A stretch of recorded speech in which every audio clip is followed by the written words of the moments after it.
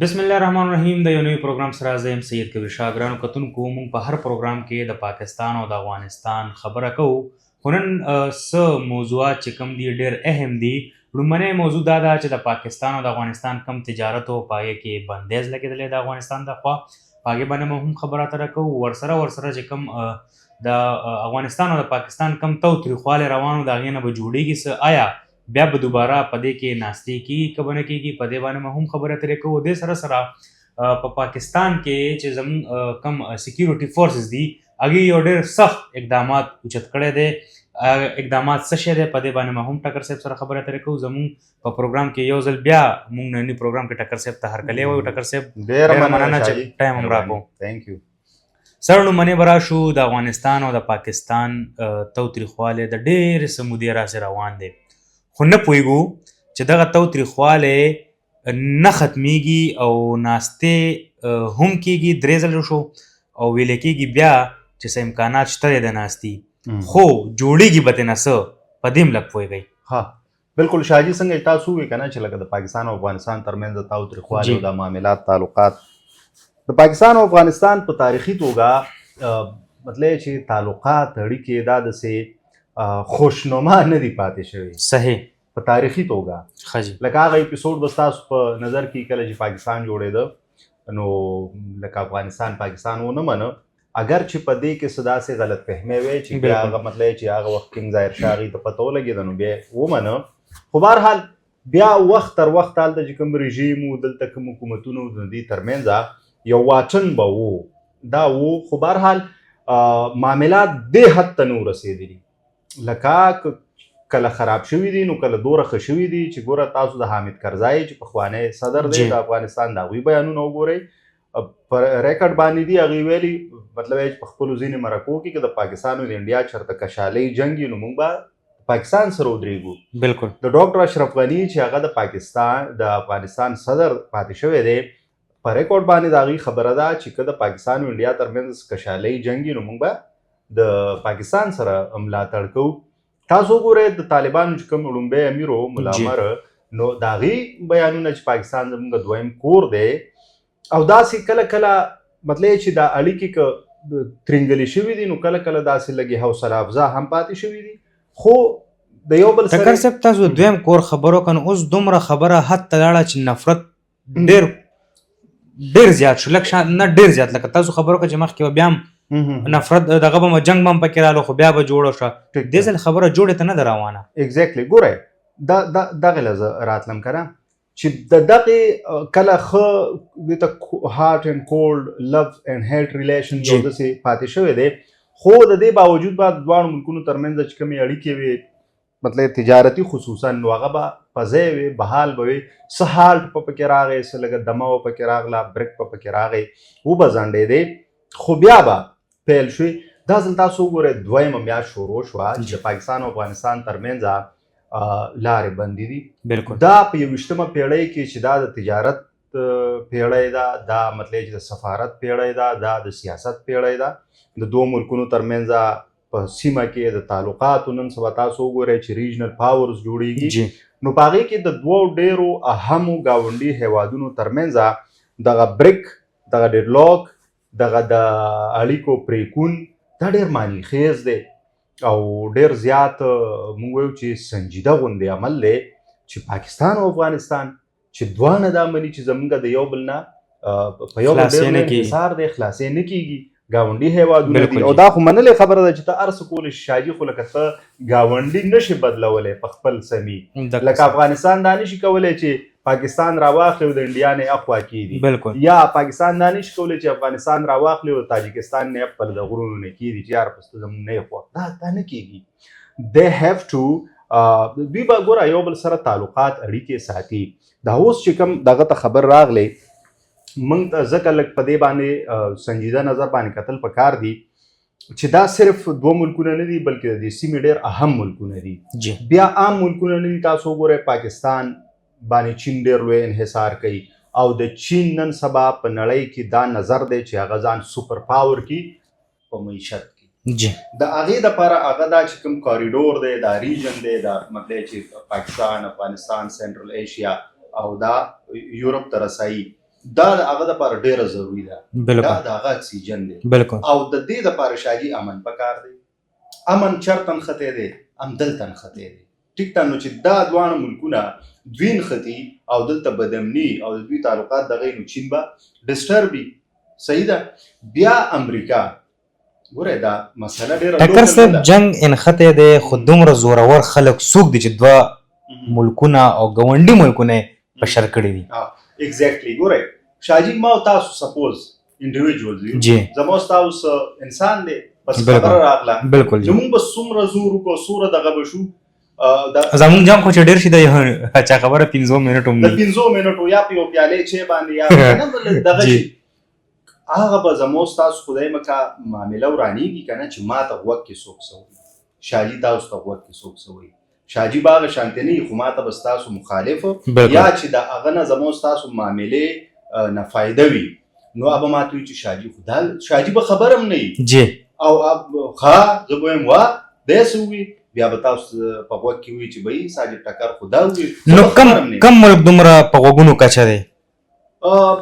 فلحال په دې اپیسوډ کې ډېر اهم سوال دی چې کم دغه دی. نو ګورئ افغانستان هلته خو پراکسي شته دی، جی دې کې هېڅ شک نشته. لکه هلته چې کوم کلادم تنظیمونه دي، بینډ آوټفټس دي او یو نه دوه نه دوه درې بلها شی دي، بیا هغه څوک استعمالوي، د هغې دلته خلک ګیر شوي دي، اوس هم جیلونو کې دي انډیا صحیح پراکسیز استعمالوي. بالکل لکه مطلب چې دا ښکاره خبره ده. نو اوس تاسو ګورئ که نه لکه چې دا کم دغه روان دي مذاکرات روان دي، نو زه په قطر کې خو په 19 اکتوبر دوی کېناستل او یو ډېر ګډ نیوز راغی چې اوربند وشو، سیز فایر وشو. بس دا یو پکې ښه خبر درځېده ما. ایگزیکټلی. او ښه خبره پکې دا اوس هم دی چې هغه جنګ بندۍ باندې دواړه له ولاړ دي. همدغه وایم.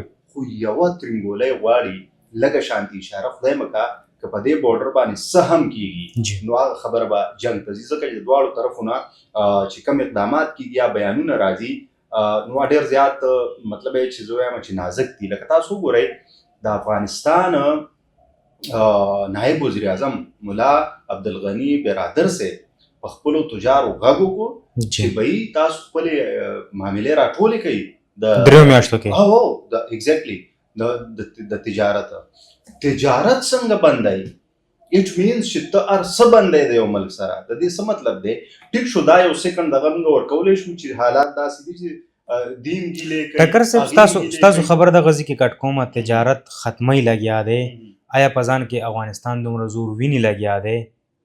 نو بیا پکار دی چې خپل کډوال هم بوځي که نه، څومره افغان وروڼه دي چې هم د دې ځای نه بوځي که نه، هغه په دې باندې بوج دی. ویلی کېږي دا خبره هم دی په استنبول ناسته کې کړې وه چې یاره دومره په یو مخي زمونږ باندې دا کډوال مه رالیږي، په مونږ مطلب نه شو برداشت کولی. نو ته دومره ملک سره لکه تجارت باندې او ته یو خپل رور چې کوم دی په خپل ملک کې نشي سنبالولی. پوینټ دا دی ګورئ دا دوی بار بار دا دغه کړی هم دی.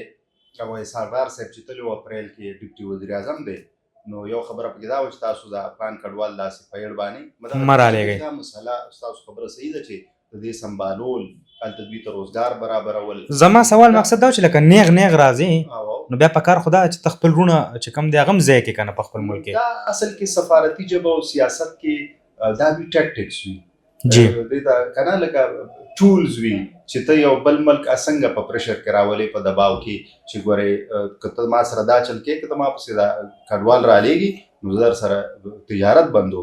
نو په دې ګیو اینډ ټیک کېږي. خو اوس خو خبره داسې حالت ته رسېدلې ده چې یو بل اوري نه که نه، لکه دواړو طرفو نه ډېر داسې عجیبه عجیبه خبرې مونږ اورو.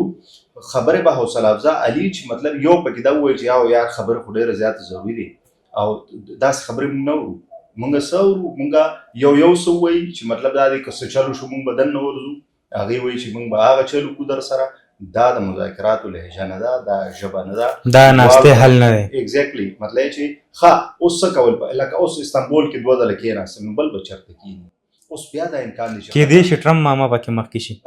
ټرمپ ځان غلی کړی دی. زه دا حیران یم، دا سوال ما په تاسو باندې کولی چې لکه دومره غټ 2 ملکونه او ګاونډي هیواد ملکونه په شر دي او ټرمپ بیخي مخې ته نه راځي. د هغه خاموشي په دې کې څه غرض شته؟ معنی خیز ده که نه، د ټرمپ خاموشي معنی خیز غوندې ده، ځکه چې کله هغه وی چې ګینه دا خو څه ګپ ته نو هغه وی چې درله په یو الکول شمو کنه لکه مطلب اوس هغه ته پته ولګي دا معامله سنجیده ده نو هغه لکه خاموشي اختیار کړي یا هغه دا غواړي چې په ما باندې څوک غږ وکړي فلحال هغه ته رسوي نه فلحال ترکیه او قطر لګیا دي اوس بیا قطر ته خبر روانه ده نو دغه ملکونو له هم لږ سنجیده رول پکار دی لکه ټیک شو مونږ وستایل چې ډېر ښه رول یې دغه کو خو بیا ټکر صاحب درې ځلې ناستې وکړو نور څوک یې د خپل اړخ نه ګورئ ایگزیکټلی دا خبره ده پکار ده چې ورته وایي چې بهی تاسو نور نه استنبول ته راځئ او نه قطر ته راځئ خپل ملکونه په یو بل باندې باور دې کښېنئ په دې کابل کې کښېنئ په دې اسلام آباد کې کښېنئ پکار خو دغه ده چې خپل کور خبره په خپل کور کې ختمه شي بله ځینې تجزیهکار دا وایي شالي چې مطلب دا دی دوی خو هر ځای کښېناست جی کابل کې هم دې کښېني اسلام آباد کې هم دې کښېني یو وارې په دې پېښور کې کښېني دا مشران چې کوم دی ستاسو چې کوم دلته دي سیاسي مشران دي مذهبي مشران دي دا کښېنوئ لکه دې خوا هم شینواری اخوا هم شینواری دې خوا هم مومند اخوا هم مومند که نه نو دا ټول کښېنئ دا د قبایلي مشران چې کوم دي دې خوا اخوا بیا مطلب چې کوم مشران دي په څوکو مهم ناستې کښېنئ یو بل سره کښېنئ چې یخنه لکه ټیک شو دواړه ملکونه خو سفر کېږي خو مطلب یې چې دا سیمه ډېره زیاته سفر کېږي که نه هوا هم ډېر زیات سفر کېږي دوی په تکلیف کې دي تجارت تاسو وګورئ هلته انار پسو دی او دلته پسو دی هلته کور پسو دی دلته پسو دی دلته مطلب چې چرګ پسو دی اخوا پسو دی دلته دوايانې پسو دی اخوا پسو دی دا متاثره کېږي که نه ډېر زیات متاثره کېږي ښه پاکستان خو ډېر لوی مارکیټ دی د افغانستان سره په ګاونډ کې بیا تاسو کو د ایران سره خو الرډي دا وي او خپل دغه دی خو اخوا د هغوی مارکیټ هغه که تاجکستان دی که ازبکستان دی که ترکمنستان دی د هغوی خو د چا 50 لکه آبادي ده د چا 1 کروڑ که نه لږې لږې آبادۍ دي بل روس خو په دوی باندې ډیپنډنټ نه دی پاکستان ډېر غټ مارکیټ دی د افغانستان دپاره لکه دا نه وایو چې هولي سولي افغانستان بس مطلب چې پاکستان ډیپنډنټ دی خو یو ګاونډي هیواد دی نږدې دی ورته خلک ځي راځي دا لارې معلومې دي لاره اسانه ده فاصلې کمې دي نو دا لرې کول نه دي پکار ځکه چې یو ځل فاصلې سیوا شوې او خدای مکه داسې یو سچویشن جوړ شو هاسټایل چې څنګه د پاکستان او د انډیا دی نو بیا به په جوړېدو کې ډېر لوی وخت اخلي نو موږ وایو چې دغې ته خبره ونه رسي الله دې وکړي چې دغسې لاړ نه شي ټکر صاحب لنډو ټکو کې راته دا ووایي چې د افغان کډوالو څه پوزیشن دی افغان کډوال ټیک ټاک جاري دي لړۍ روانه ده ټیک ټاک تاسو خو بې زیات کار کوئ نن دا د 14 نومبر دی او مطلب چې لاره د دوی لپاره صرف پرانستې شوې لکه دې ته مو ګورئ چې سنجیده حالات دي په هغې کې لاره د هر څه دپاره تړل شوې ده صرف د افغان کډوالو دپاره